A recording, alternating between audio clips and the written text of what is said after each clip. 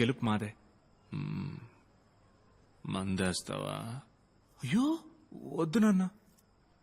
యాస్తానని చెప్పుంటే నువ్వు తన్నులు తినేవాడివి. ఏదో మాట వరుసుకో మాట అంట. నువ్వు వద్దు అనగానే పొంగిపోతాడు ఈ నాన్న. రా కూర్చో. పర్లేదు నాన్న. కూర్చోయ్యా.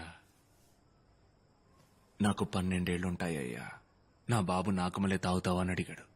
గమ్మున తాగి పారేశాను. ఇప్పుడు దక్క దీన్ని వదలేకపోతున్నా. 16 ఏళ్ల వయసులో చేతికి కత్తి అందించాడు. తప్పుడు పనులు చేయడానికి ఆళ్లు కత్తులు తీస్తున్నారు. ఆ తప్పు జరగకుండా చూడ్డానికి మనం కత్తులు ఎత్తుతున్నాం. కానీ బయట చూసేవాళ్ల కళ్ళకి అందరం రౌడీ మూకలుగానే కనపడుతున్నాం. ఇదంతా నాతోనే పోనీ బిగులు. నువ్వు